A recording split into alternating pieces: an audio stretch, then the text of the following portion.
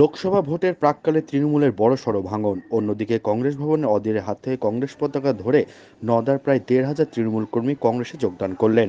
নওদার প্রাক্তন পঞ্চায়েত সভাপতি মতিউর রহমান জানান, আগামী লোকসভা নির্বাচনে পুরো নওদা অধীর রঞ্জনের হাতে তুলে দেবেন।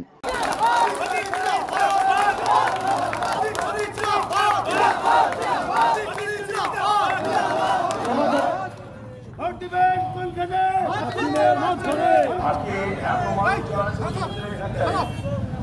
আমাদেরকে তার জন্য খবর এখন সবাইকে যোগদান করানো ধরে করতে গেলে আমাদের বিকেল লেগে যাবে।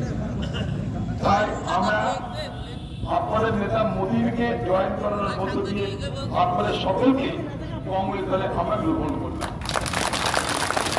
অর্থাৎ মার্টিন ভাই আপনাদের সকলকে হয়ে কংগ্রেস দলে যোগদান করবে দায়িত্ব নিয়ে আসবে। তাই জনে জনে ডেকে ডেকে আমরা আপনাদেরকে আজকে যোগদান করালাম না।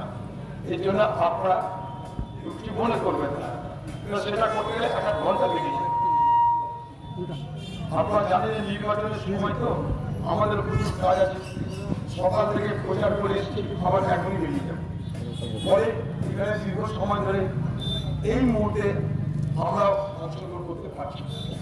তবে এটা বলতে পারি যে নওদায় যে বিধানসভা এলাকা, সেই বিধানসভা এলাকায় তৃণমূলের যে কফিন এর মধ্যে তৈরি হয়েছে, সেই কফিনের উপরে শেষ ব্রেকটা মার্টিন ভাই যোগদান করে